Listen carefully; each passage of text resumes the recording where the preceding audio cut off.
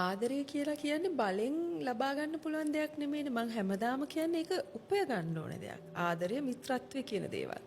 ඉතින් එතකොට දැන් එක්කෙනෙක් දාලා යන්න හදද්දී වැඳ වැටි වැටි පස්සෙන් ගිහිල්ලා සමහර විට මහා ලොකු පෞරුෂයක් තිබ්බ කෙනෙක් අර තැනදී වැඳ වැටෙනවා. හානියක්.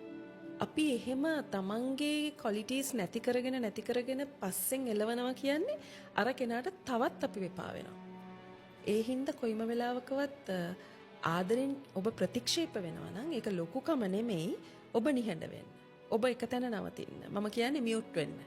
සමහර සම්බන්ධතාවලදී අපි කියනවා නිකන් අර ඩෙඩ් බොඩි එකක් වගේ වෙන්න. ඔයා ඉන්නවද නැද්ද මැරිලාද කියලාත් හොයාගන්න බැරි වෙන විදිහට. එහෙම වෙනකොට පොඩි වොයිඩ් එකක් හැදෙනවනේ එතන. ඒ හිඩසත් එක්ක අනිත් කෙනා විමසිලිමත් වෙනවා කොහොමයා කියලා. අන්න එතකොට නැවත යාට ඇත්තටම ඔයාව ඕනනම් එන්න පුළුවන්. හැබැයි ඔයා හඹා යන්න ඔයාගේ ආත්ම විශ්වාසය ආත්ම ගෞරවය නැති කරගන්න ඒ කෙනා මැත්තේ වැඳ වැටෙන්න එයා තවත් පලා යනවා.